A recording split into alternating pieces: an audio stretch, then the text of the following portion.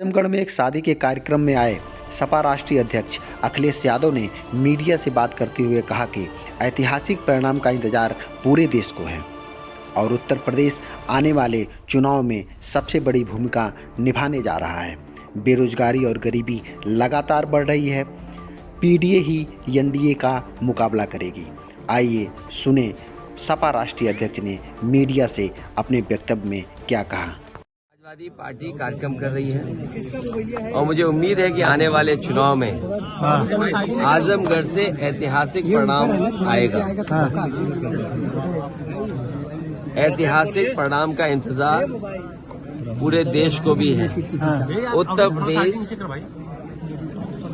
आने वाले चुनाव में सबसे बड़ी भूमिका निभाने जा रहा है और मुझे उम्मीद है कि जनता निर्णय लेगी और भारतीय जनता पार्टी का सफाया उत्तर प्रदेश से होगा।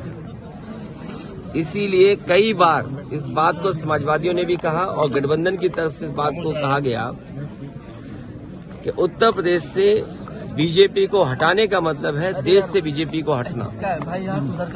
80 हराइए, बीजेपी हटाइए, इस नारे पे समाजवादी लोग लगातार काम कर रहे हैं। 80 को हराने के लिए क्या तैयारी है सर?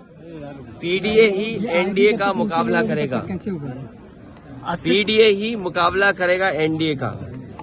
और जो पिछले वादे किए हैं भारतीय जनता पार्टी ने, किसानों की आय दोगुनी होना, नौजवानों को नौकरी और रोजगार मिल जाना, आज कम से कम इनको बताना चाहिए कि इतने लोगों को नौकरी दी है इन्होंने, इतने लोगों को रोजगार मिल गया है। और आप में से बहुत सारे साथी होंगे,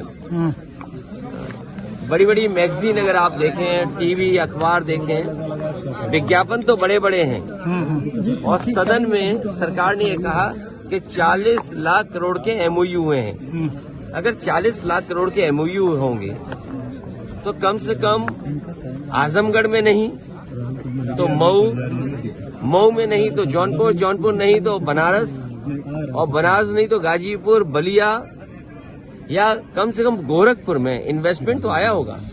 40 लाख करोड़।